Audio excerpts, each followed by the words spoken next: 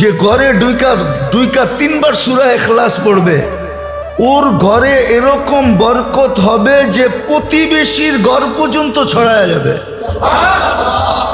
ওই বরকত যায়া উছলায়া বুঝেন কি উতরায়া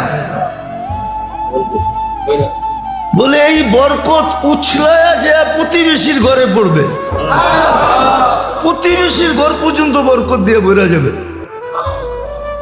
মানে তো না, আমরা তো শুধু শুধু চিল্লাইতেছি, আমাদের ঘরে অশান্তি কেন? সুখের লিগই তো বিয়া করলাম, কিন্তু বিয়া করে তো দেখলাম আরো অসুখ বেশি। ভাবলাম বাচ্চা হইলে সুখ হবে, অসুখ আরো বাড়লো। ভাবলাম এটি বড় হইলে সুখ হবে, আরো বাড়লো। ভাবলাম বিয়া